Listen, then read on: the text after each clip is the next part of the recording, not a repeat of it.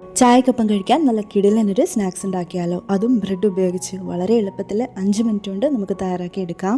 അതിന് വേണ്ടിയിട്ട് ഞാനിവിടെ ഒരു 4-5 ബ്രെഡ് ജസ്റ്റ് ഒന്ന് ആവി കയറ്റി എടുത്തിട്ടുണ്ട്. 1 മിനിറ്റൊക്കെ തന്നെ ധാരാളം ഒന്ന് ആവി കയറ്റി എടുത്താൽ മതി, ഇത്രയും സോഫ്റ്റ് ആയിട്ട് കിട്ടും. ഇനി ഇതിൻ്റെ 4 സൈഡും ഒന്ന് കട്ട് ചെയ്തെടുക്കണം. ഞാനിപ്പോൾ ഈ ബ്രെഡിൻ്റെ 4 അരികും കട്ട് ചെയ്തെടുത്തിട്ടുണ്ട്. ഇതുപോലെ തന്നെ എല്ലാ ബ്രെഡിൻ്റെയും 4 വശവും കട്ട് ചെയ്ത് വെച്ചിട്ടുണ്ട്. ഇനി ഇത് വളരെ സോഫ്റ്റ് ആയിട്ട് ജസ്റ്റ് ഒന്ന് പരത്തി കൊടുക്കാം. ഇതിൽ ഫില്ലിങ് വെക്കുന്നതിന് വേണ്ടിയിട്ടാണ് ഇങ്ങനെ ഒന്ന് പരത്തി എടുത്തിട്ടുള്ളത്. നമ്മൾ എടുത്തിട്ടുള്ള ഓരോ ബ്രെഡും ഇതുപോലെ തന്നെ ജസ്റ്റ് ഒന്ന് പരത്തി എടുക്കണം. ഞാനിവിടെ എല്ലാം പരത്തി എടുത്ത് വെച്ചിട്ടുണ്ട്. ഇനി ഇവിടെ ഒരു പാനിലേക്ക് 1 ടേബിൾ സ്പൂണോളം വെളിച്ചെണ്ണ ഒഴിച്ചതിന് ശേഷം 2 സവാള ചോപ്പ് ചെയ്തതും 2 പച്ചമുളക് ചോപ്പ് ചെയ്തതും ചേർത്തിട്ട് നന്നായിട്ടൊന്ന് സോട്ട് ചെയ്ത് കൊടുക്കാം. ഇതിലേക്കൊരു 1/4 ടീസ്പൂണോളം ഉപ്പ്, 1/4 ടീസ്പൂണോളം തന്നെ മഞ്ഞൾപ്പൊടിയും ചേർത്തിട്ട് നന്നായിട്ടൊന്നുകൂടെ ഒന്ന് സോട്ട് ചെയ്ത് കൊടുക്കാം. ഈ സമയം ഇതിലേക്ക് ഇഞ്ചിയും വെളുത്തുള്ളിയും പേസ്റ്റ് കൂടി ചേർത്ത് കൊടുക്കണം. ഞാനിപ്പോൾ ഇതിലേക്ക് ചേർക്കുന്നത് ഇഞ്ചിയും വെളുത്തുള്ളിയും പൊടിച്ച് വെച്ചിട്ടുള്ള ഒരു പൗഡറാണ്. 1 ടീസ്പൂണാണ് ഇതിലേക്ക് ചേർത്ത് കൊടുത്തിട്ടുള്ളത്. ഇനി ഇതും നല്ലപോലെ ഒന്ന് സോട്ട് ചെയ്തെടുക്കാം. സവാള ഒരുപാടൊന്നും വഴന്ന് വരെയൊന്നും വേണ്ട, ജസ്റ്റ് ഒന്ന് ട്രാൻസ്പെറൻ്റ് ആയിട്ട് വന്നാൽ മതി. ഇനി ഇതിലേക്ക് ഞാൻ 1 ടീസ്പൂണോളം മുളക് പൊടിയാണ് ചേർത്ത് കൊടുക്കുന്നത്. കാശ്മീരി ചില്ലിയാണ് ചേർത്തിട്ടുള്ളത്. നിങ്ങൾക്ക് മുളക് പൊടിക്ക് പകരം കുരുമുളക് പൊടി വേണമെന്നുണ്ടെങ്കിലും ചേർത്ത് കൊടുക്കാം. കൂടെ തന്നെ 1/2 ടീസ്പൂണോളം ഗരം മസാലയും. ഇനി ഇതിലേക്ക് 1 ടേബിൾ സ്പൂണോളം ടൊമാറ്റോ സോസാണ് ചേർത്ത് കൊടുക്കുന്നത്. ഇത് നിർബന്ധമില്ല, നിങ്ങൾക്ക് വേണ്ടാന്നുണ്ടെങ്കിൽ സ്കിപ്പ് ചെയ്യാവുന്നതേ ഉള്ളേ. ഇനി ഇതെല്ലാം ചേർത്തിട്ട് മസാല നന്നായിട്ടൊന്ന് യോജിപ്പിച്ചെടുക്കാം. ഇതിലേക്ക് നമുക്ക് ഇഷ്ടമുള്ള വെജിറ്റബിൾസ് ഒക്കെ ചേർത്ത് കൊടുക്കാം. ഞാനിപ്പോൾ പെട്ടെന്ന് ഉണ്ടാക്കി എടുക്കുന്നത് കൊണ്ട് തന്നെ ഒരുപാട് ഐറ്റംസ് ഒന്നും ചേർത്തിട്ടില്ല.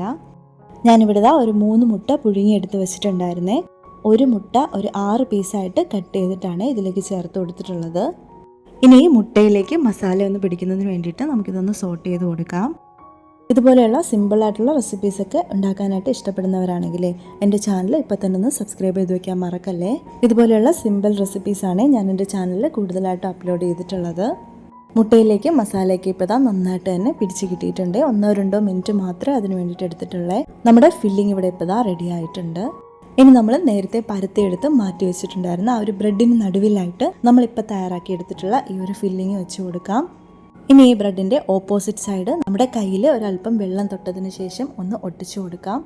വെള്ളത്തിന് പകരം നമുക്കൊരല്പം മൈദ വെച്ചിട്ടും ഒട്ടിച്ചെടുക്കാം കേട്ടോ. 1 സ്പൂൺ മൈദ ഒരല്പം വെള്ളത്തിലൊന്ന് മിക്സ് ചെയ്തെടുത്ത് ഒരു പശ പോലെ ആക്കിയെടുത്തതിന് ശേഷം നമുക്കിതിന് മധ്യത്തിലായിട്ട് ഒട്ടിച്ചെടുക്കാവുന്നതേ ഉള്ളൂ. ഞാനിപ്പോൾ ഒരല്പം വെള്ളം തൊട്ട് ഇതെല്ലാം തന്നെ ഒട്ടിച്ചെടുത്തിട്ടുണ്ട്. ഇനി ഒരു ചൂടായ പാനിലേക്ക് 1 ടേബിൾ സ്പൂണോളം ബട്ടർ ചേർത്ത് കൊടുക്കാം. ബട്ടറിന് പകരം നെയ്യോ എണ്ണയോ അതൊക്കെ നമ്മുടെ ഇഷ്ടാനുസരണം തന്നെ എടുക്കാവുന്നതാണ്. ഇതൊന്ന് ചൂടായി ഒന്ന് മെൽറ്റായി വരുമ്പോഴേക്കും നമ്മൾ തയ്യാറാക്കി വെച്ചിട്ടുള്ള ഓരോ ബ്രെഡ് ട്രയാങ്കിൾസും ഇട്ട് കൊടുക്കാം. ഫ്ലെയിം ഒന്ന് മീഡിയം ടു ലോ ആക്കി വെക്കണേ. ബ്രെഡ് ആയതുകൊണ്ട് തന്നെ ചൂട് കൂടിയാൽ പെട്ടെന്ന് കരിഞ്ഞു പോകാനുള്ള സാധ്യതയുണ്ട്.